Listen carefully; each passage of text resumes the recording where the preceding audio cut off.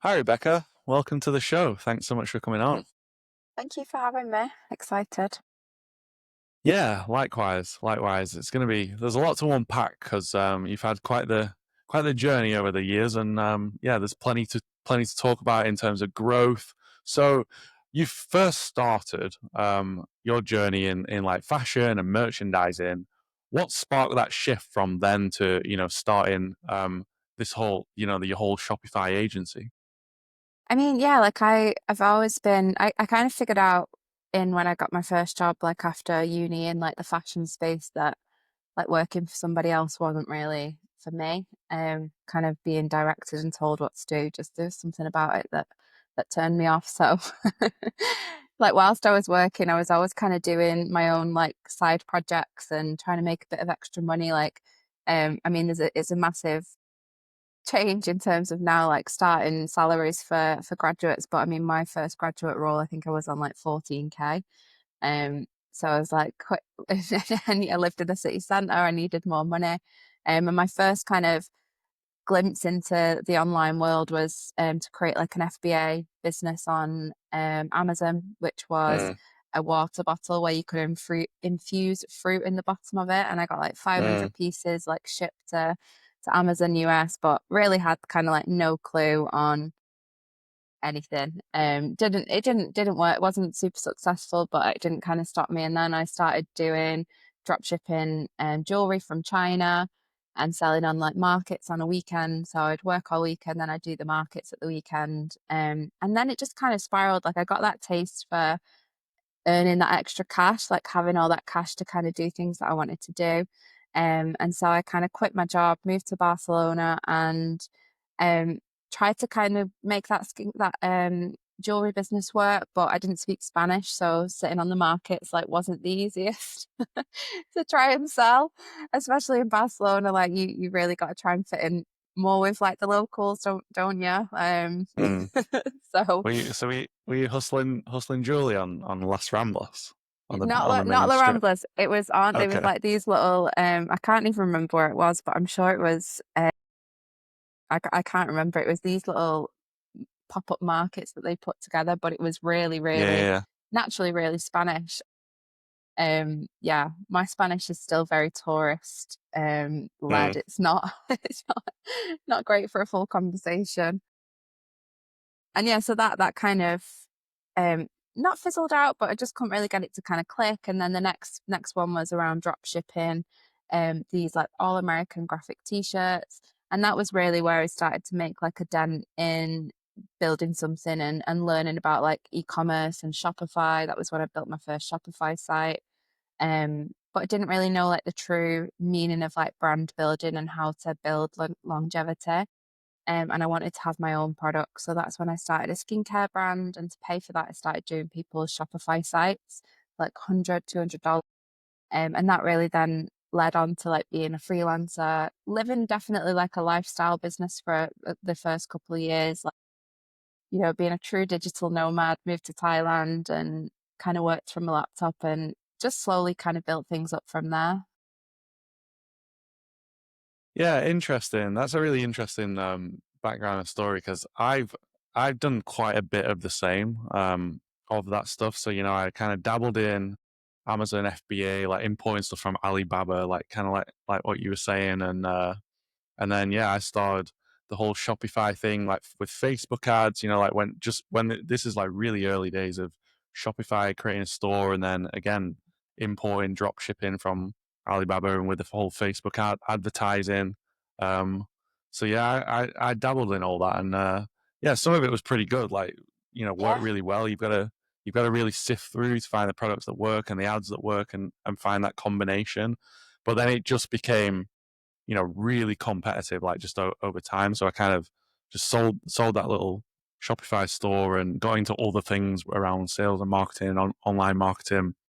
But yeah, interesting because I can kind of relate to those early days. But then obviously you took it, to that next level, which became all around building the brand and all the brand led stuff that is just important to build that more robust business. Yeah. So yeah, interesting. I feel like that What was like was the sorry, go on. I was just gonna say, I feel like that was like the prime. time, like maybe what was it, like 8, 9 years ago, 10 years ago when it was like Mm, super new. Any yeah, products would work with Facebook ads. Like it was a for really sure. low barrier to entry, wasn't it? And like Yeah, now it's the complete opposite on how to make a brand be successful online. yeah, 100%.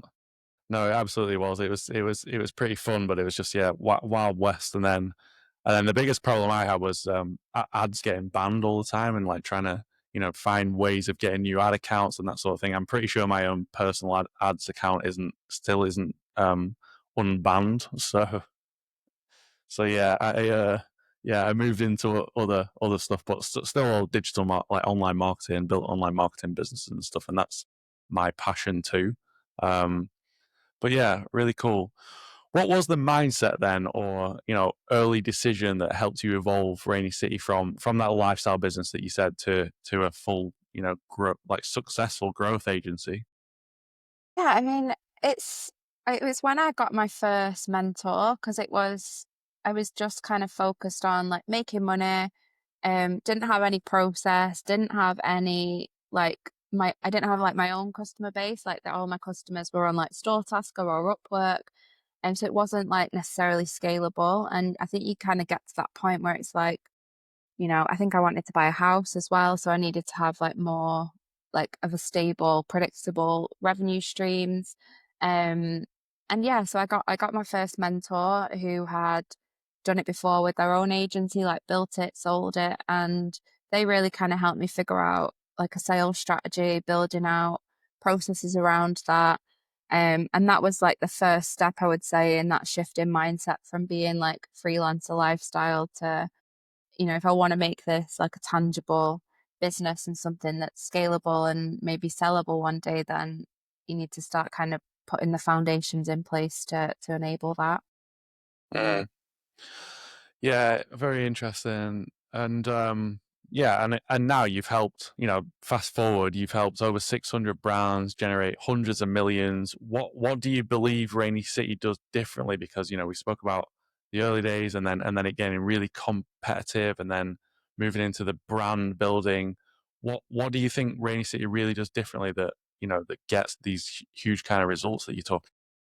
Yeah, I mean, I think like because we've kind of lived on that brand side before, I think that definitely helps kind of put you in like the same, like steps that a brand is going through as they're going through them pain points and those struggles.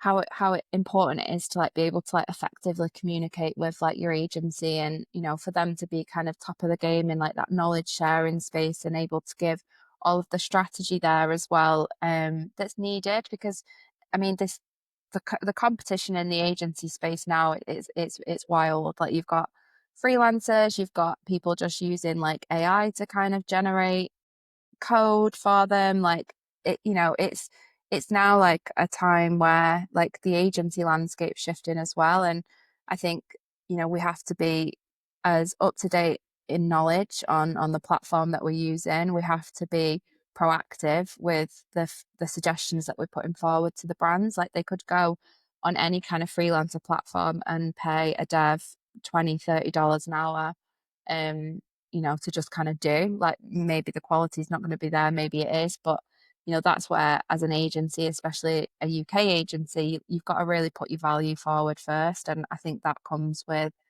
being proactive, being sure in what you're saying and how you can generate those results and the ROI for them. And just making sure that you're really strategic in the value that you're putting forward as well. Mm. Yeah, absolutely. And so you've stayed bootstrapped like from day one, never got like sort of outside fundraising investment.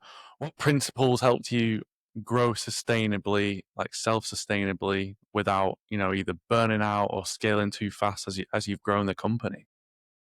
I mean, I feel like there has definitely been like ups and downs in that scale and that journey because I remember in like 2021 or 22, like we had like a crazy like profit margin of like 40, I think it was like 46%, which for like a design and dev agency where you're selling like time and materials is like way too high. And that probably does mean It probably does mean that, there's burnout happening. Like that was, I think it was 21 because I think we was just coming off, like we were still in like that COVID boom, for ecom. So we had like a solid revenue, like the revenue had grown like year on year, like practically doubled, but the profit had gone super, super high. Mm, The following year is when we got more team members then to kind of support that growth and sustain it. So the profit did like drop down to a more like, average of like 20-25%, which I think is much more achievable, sustainable, reduces like that burnout. But obviously it's exciting, isn't it? Like as you're growing, like you see the revenue coming through, like are you gonna say no to it?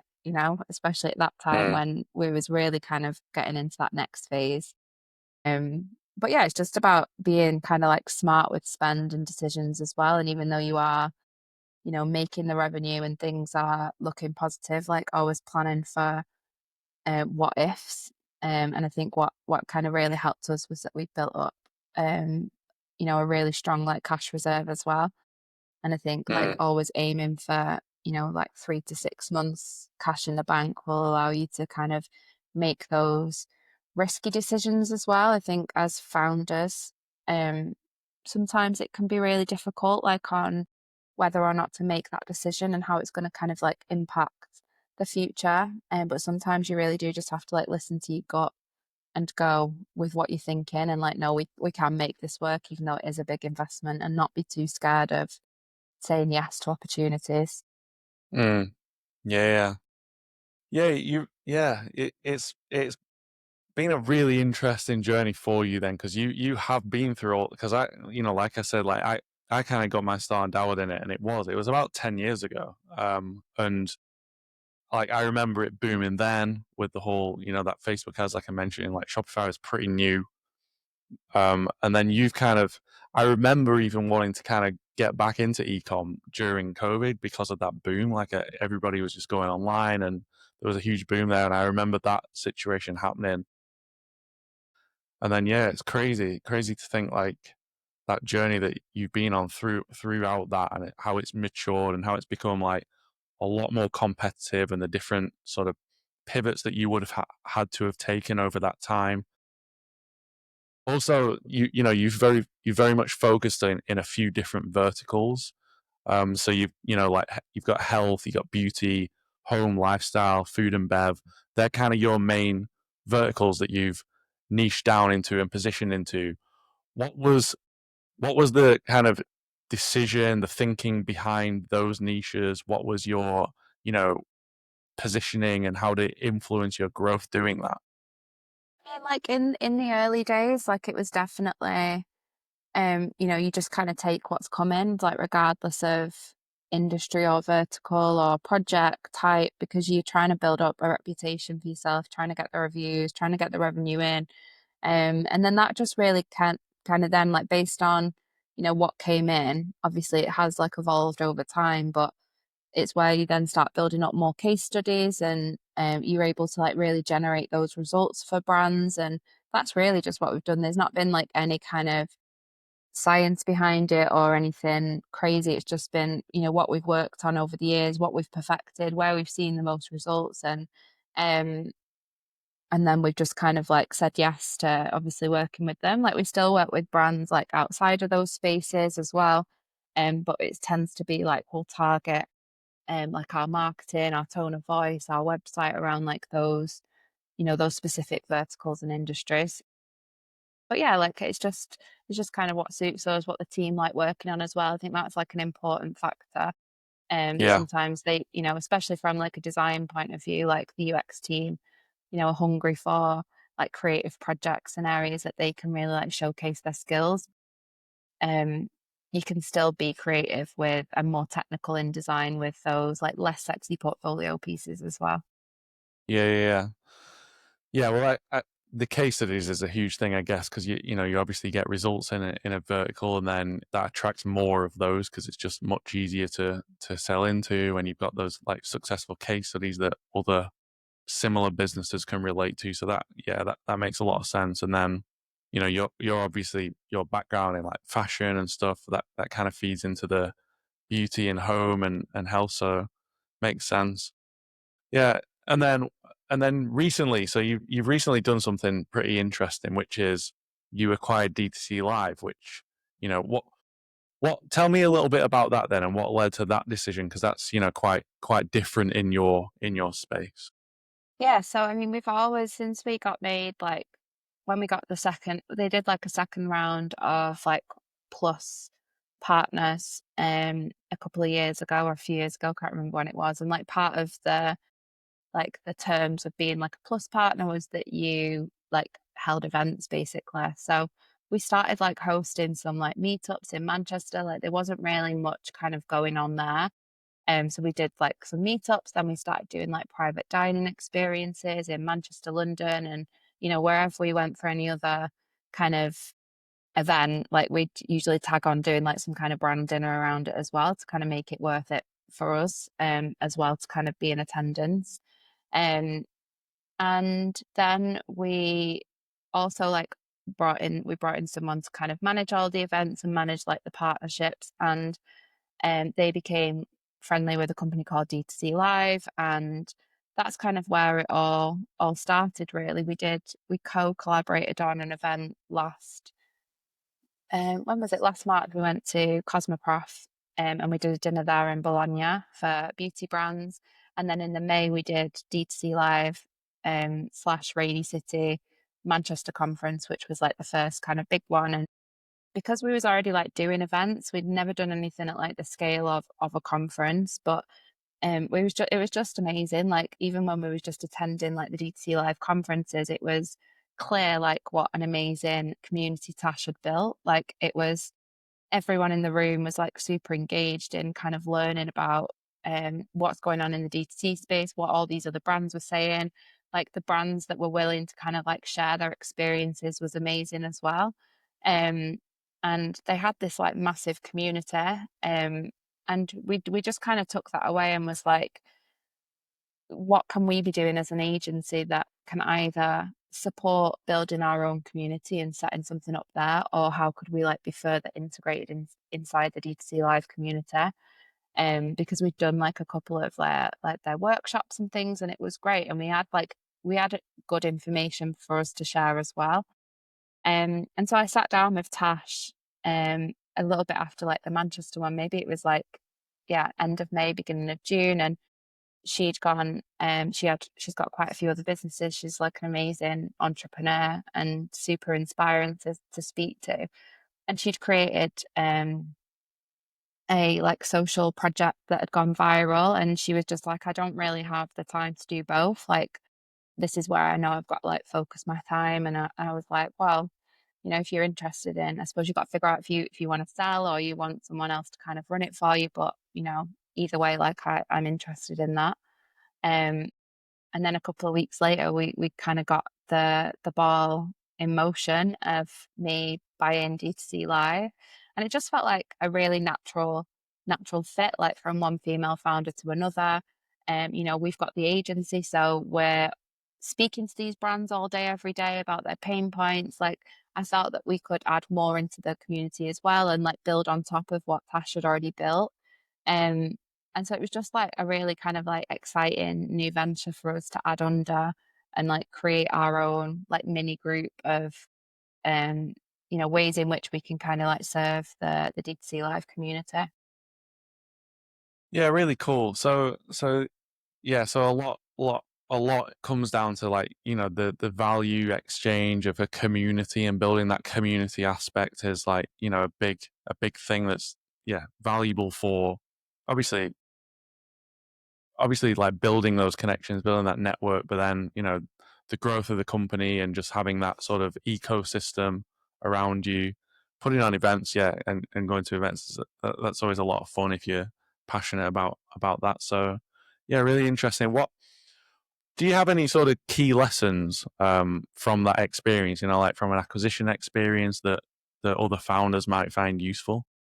Um, I mean, because it was like a relatively like straightforward um acquisition, like there was no kind of, it was just like assets really that we was kind of like trading. Like there wasn't anything much bigger. Like it was a really kind of quick and streamlined process. Like I think it's obviously important to like agree initially to like your heads of terms and understand what it is that that person is selling.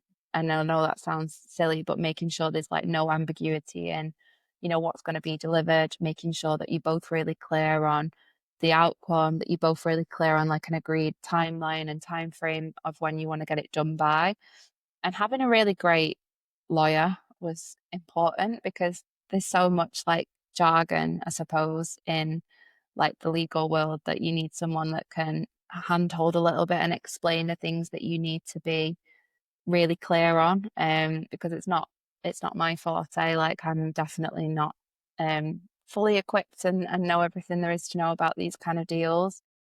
But I think there's definitely got to be like a really good layer of like trust as well with who you're working with on it to make sure, that you're happy with what they're agreeing to you on. And yeah, I think the trust and the ambiguity is like quite a big thing.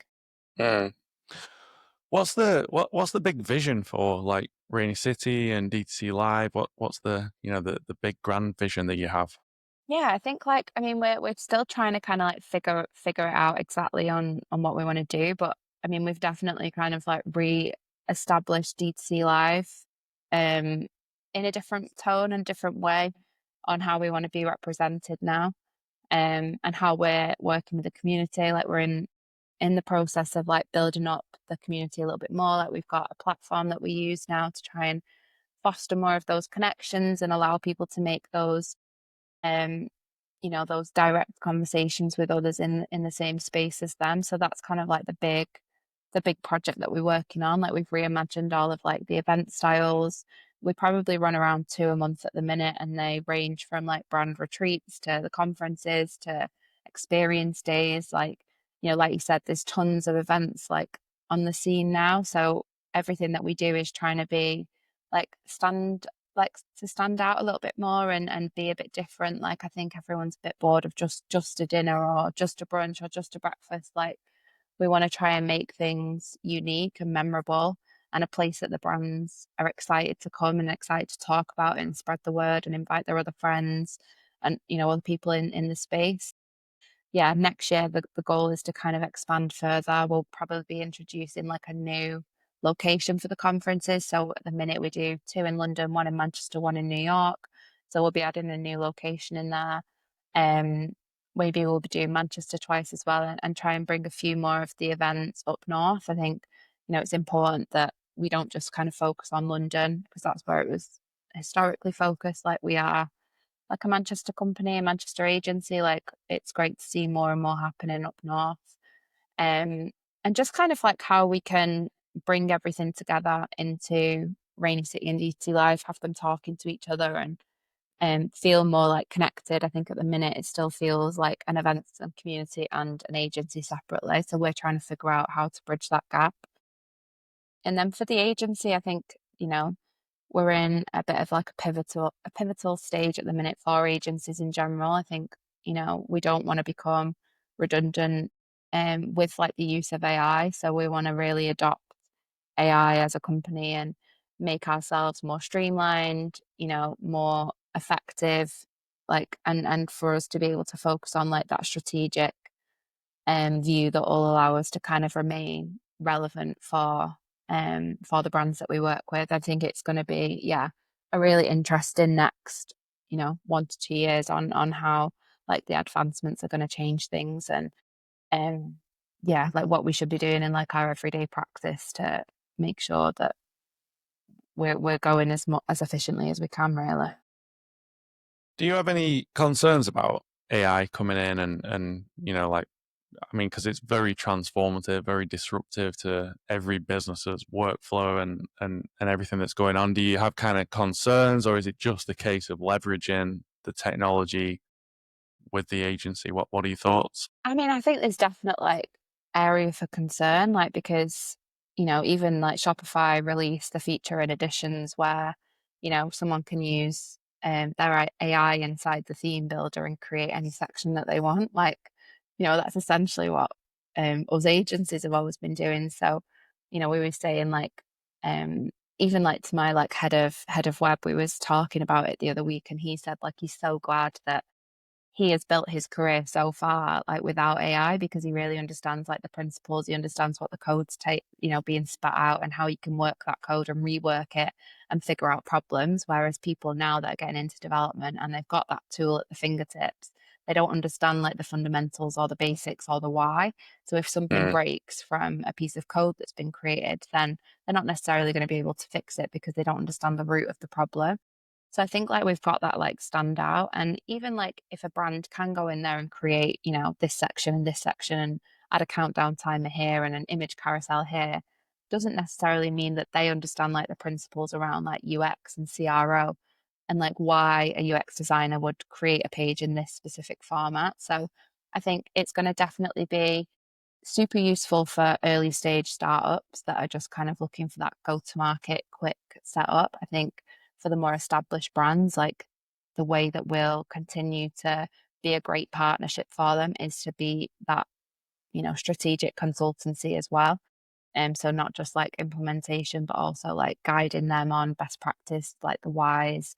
Um, but yeah, it's definitely like a worry because it's like, oh, we did amazing in COVID, then we had like a slump, and then it's like, oh, if we gotta like start again and like reimagine like who we are and how we work with people. So yeah, it's concerning, but I think like that's why we've just got to be early adopters of everything. And one of the main things that we focus on like in our management meeting is, what are we doing to remain efficient and to be like at the forefront of new advancements that are being made, and how can we like streamline our operations as effectively as we can. I think, rather than just having like, say, for example, like five ads managers, like it'd be like, well, how can we have like two ads managers and use like agents or AI to kind of help us make those strategic decisions on the ad accounts and be able to manage like more. So I think we've just got to keep trying to be innovative where we can. But yeah,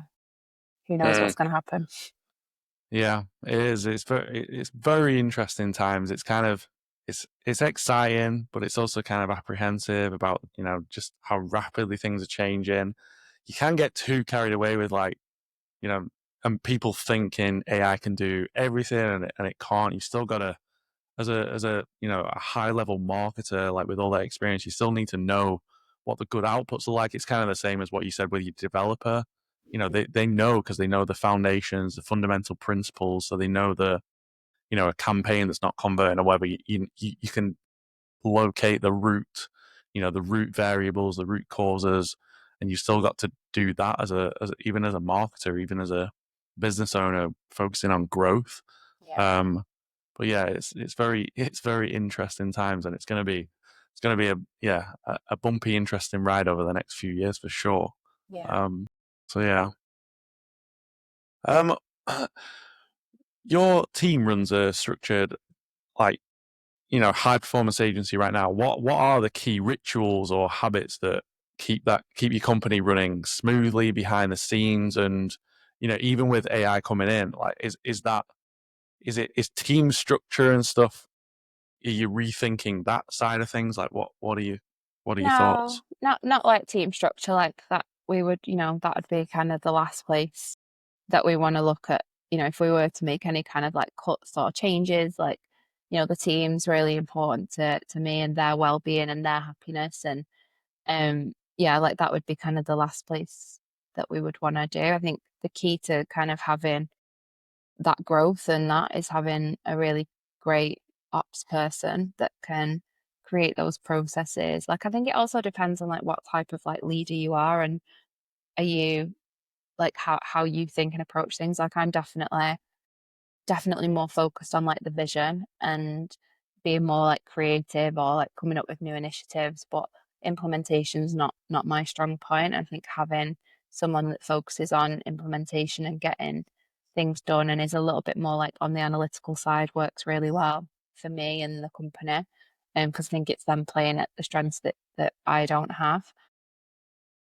But yeah, like we've got obviously like operations in, and then we have like heads of each department as well, which really help kind of run um new initiatives and drive them through the team. And just like the basics really, like having like inset days where we just kind of focused on like a specific area. I think all of that really helps with keeping the agency running and moving, and being like proactive as well with any kind of changes that we want to make. Yeah. I mean, when it comes to growth, what's your biggest challenge right now?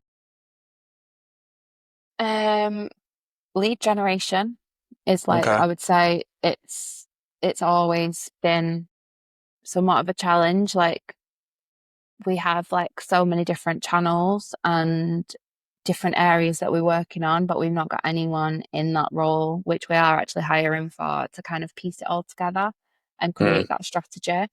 I've always done like founder-led sales, and I'm thinking maybe it's time for me to kind of step away from that piece as well. Like I don't know if that's where I'm best placed at the minute. And I don't want to become like a bottleneck either. I'm definitely not a hard and heavy hitting salesperson. I'm definitely more like, oh, how was your weekend? Like just checking in. Did you manage to have a look? And I don't know if that's like the right way to be anymore.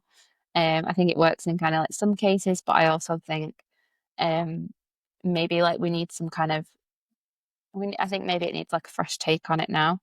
But yeah, like I think leads is always a challenge that most agencies face. Whether it's they're only reliant on inbound, but they don't have like other channels set up, or they have the other channels set up and they're not pushing a certain channel enough. And yeah, it's I think for us it's like figuring out like what that strategy looks like and how we can utilize all of the different opportunities and channels that we've got to maximize it. yeah. What works well for you when it comes to, generating leads and acquiring new clients? What kind of good strategies have you got? I mean, like the events is obviously something that we do a lot of. It's something that um is not necessarily it doesn't necessarily pay off like in the first one time of meeting someone. It could be that they've come to like three or four of our events and we've been chatting to them and we've created, a really strong relationship with them. And then it's resulted in business for the agency. So yeah, I would say like the events is kind of is like the strongest piece at the Mm, minute. And then we're just trying to like figure out what like our partnerships channel looks like, and how we approach partnerships, and how the team does as well, and how we can, really utilize not just tech partnerships but also like agency partnerships with those that have got complementary services. mm. Yeah, yeah, yeah. Like for other female founders listening, like how do you kind of manage, you've got family, like you've got that time, like work-life balance and everything you're doing to grow a company, like the pressures, the priorities, the leading of the business, like how do you manage all that? I And don't what think advice could you give? Yeah, I don't think you do. I don't think anyone can or manage all of it. I think there's definitely like I think you're either all in on your work or all in on your family. Like you can't kind of give both an equal amount of attention.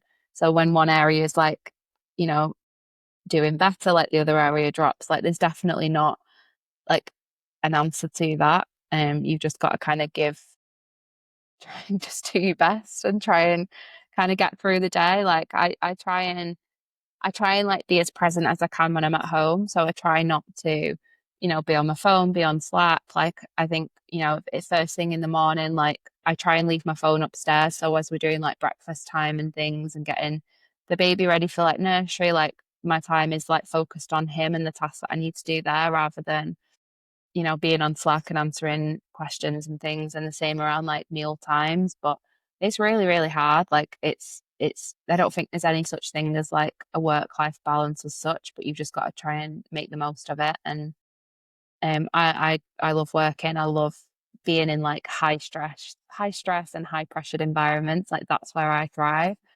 Like I know that I could never have been like a stay-at-home mom. Like it just wouldn't have been good for me and for what I wanted to do. Like I like to be at the point of like busyness where I'm I can't physically do anymore. Like that's how where I'm at my happiest.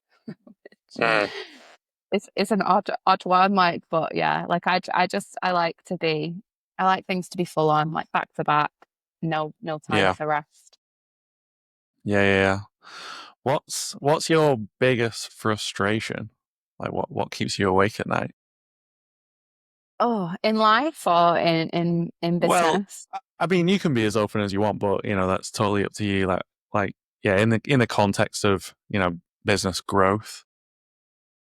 I think it's like it's when you kind of set out all of these like milestones for yourself, like on where you want to be, and then if you don't hit them, then it's like why why are we doing it so wrong? But I think the problem is sometimes that we like for example like this sales piece. So like I'm thinking about lead generation. I'm thinking like, well, why aren't we hitting the target? Well, we've not got enough new business coming in, and if we've not got enough new business, then we need to really win everything that's coming towards us, and that's not a reality. So like Mm, I think like the biggest thing at the minute is definitely around like the strategic salesperson and having them look at things commercially, look at all these avenues and create like that strategy. But at the minute, like I'm ever since I had my son and he's nearly 2, like the same like worries that I used to have aren't there anymore.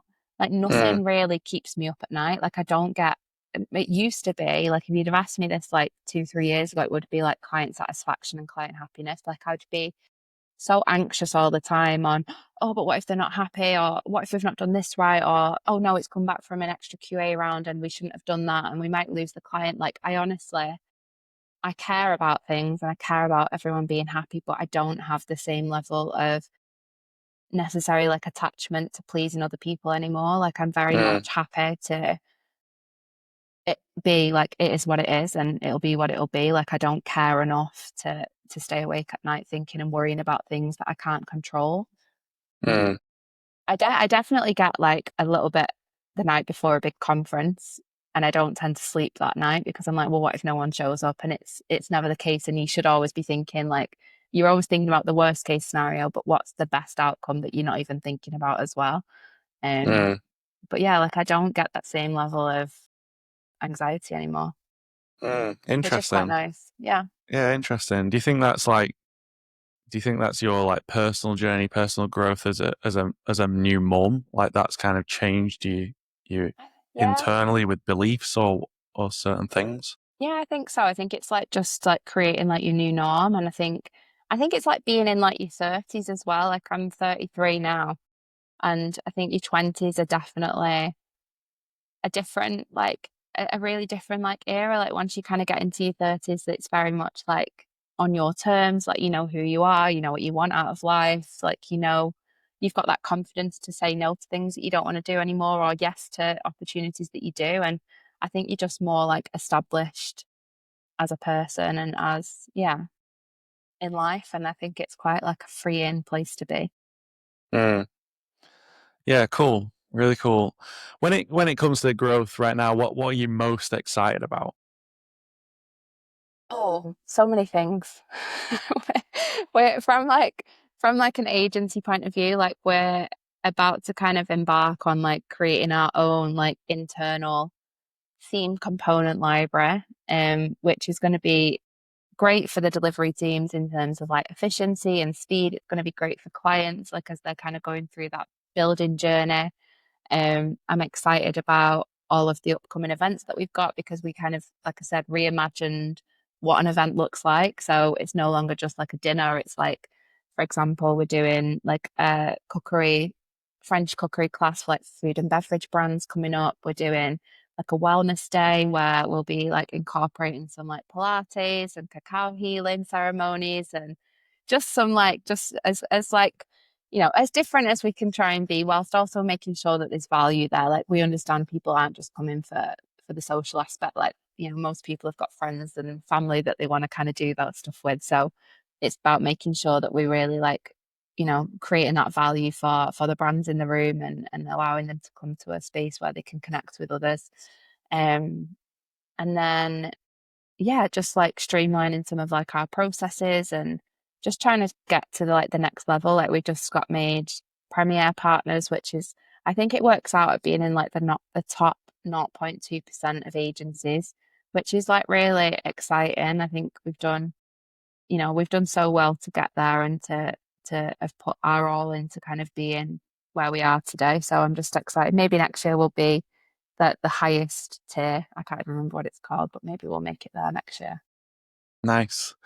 Yeah, well, I really appreciate this conversation and your insights, and yeah, I'll be watching the growth of you and the the two main sort of things you've got going on, and the agency and the DTC live, and the different things you're doing with the live events. But it all sounds really exciting, and yeah, I'll be watching your growth with great interest. So really appreciate you sharing your insights and your journey. Where can people find out more about you online, Rebecca? I mean, I'm literally on LinkedIn on multiple times a day. I think that's like a full-time job in itself, isn't it? Like managing LinkedIn and that inbox. So yeah, LinkedIn is usually the best place. Perfect. I'll make sure I put the your link in the description below. Yeah, but again, like, thanks so much for coming on, Rebecca. I really appreciate it. No, thank you for having me. It was amazing. Cheers. Thanks a lot.